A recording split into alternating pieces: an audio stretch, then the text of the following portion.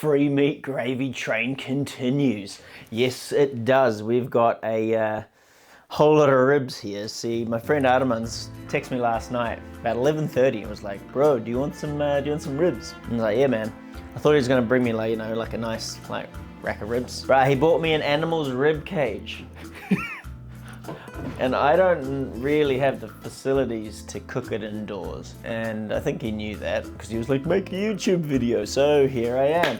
So what I'm gonna be doing is I'm gonna be putting a little bit of a rub on this. Got a bit of coriander, some muscovado sugar, black salt, mix that in, rub it in, really simple. And then I'm gonna give it a bit of a smoky sort of grill situation over the wire rack that I used in a video a few videos back for the deer. But then that's where it changes. All of these trees that you see in the background here, apart from the big boy up there, they're all apple trees.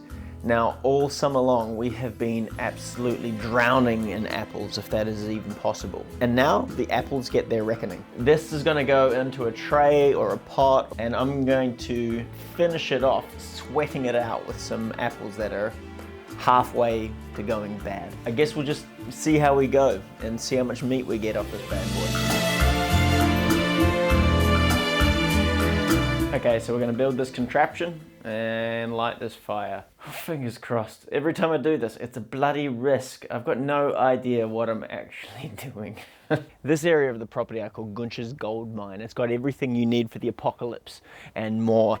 We've got a big stack of bricks here in case you want to build a house during the apocalypse, but I'll be using these to make a bit of a fire barrier against the grass. We've also got firewood for like 5 years looking at it. That's a shitload. And then also, I think this is where we're also going to find the pot. Not that sort of pot, but a pot. This thing. Look at this beautiful pot. I think it's going to be big enough to fit the rack, big enough to fit some apples. And this thing is old. This is like seriously old. It's got no holes in it. But on the bottom here, CCCP, this is vintage. I'm gonna load all the stuff up in the Tachka and the wheelbarrow. We're gonna get shit going.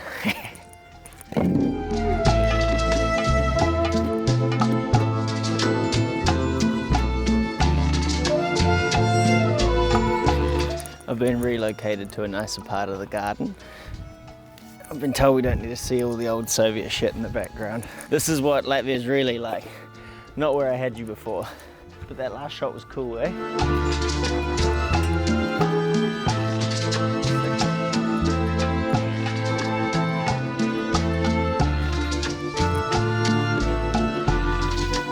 We'll get there in a second. Mate, this is just too good. Bloody beautiful.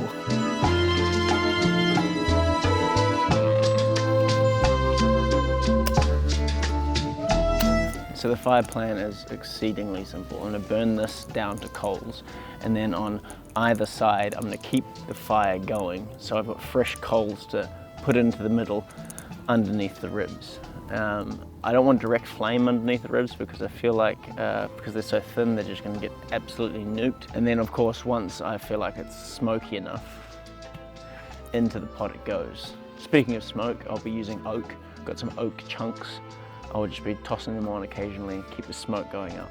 But if the wind keeps on like this, I might not get any smoke at all, but at least they'll be tender.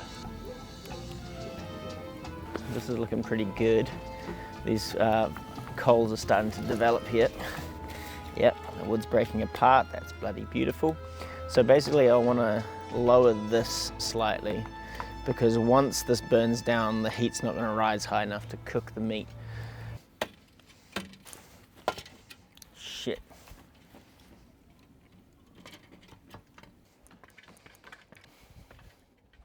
So I've got the big glorious bit of meat. I'm gonna go rib side, like bottom side down, and cook it from the inside out. And we'll chuck some lumps of American oak on there. It's looking pretty fresh. Big smoke trap, and I love it.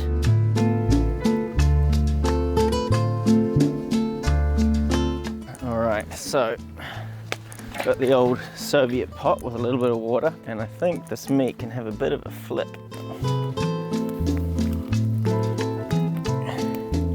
Oh yeah!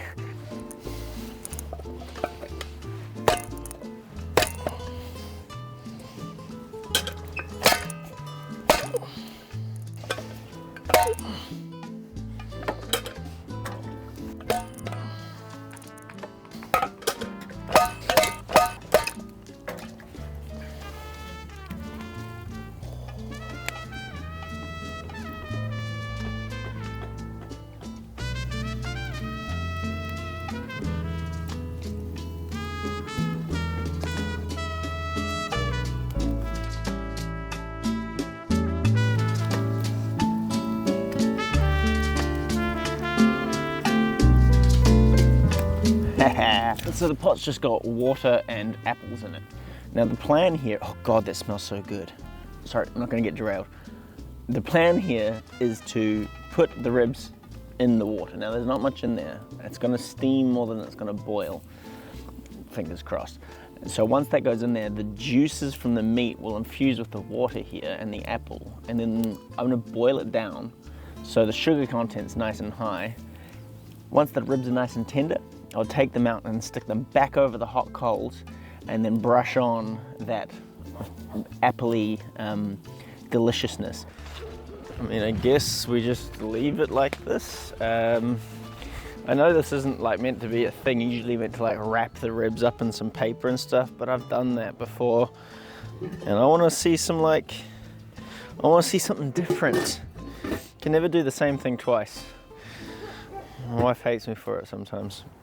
It was only a month ago and we were swimming in the ocean, and now the heat just seems to have dropped out of the atmosphere completely in Latvia.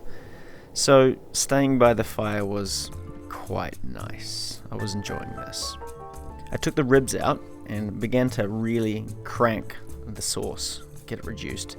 And then I also used some of the apple and made a mash of apple, muscovado sugar, and a little bit of Worcester sauce. Brushed it on and then got it nice and sizzling. By the stage the aromas coming off it are just insane.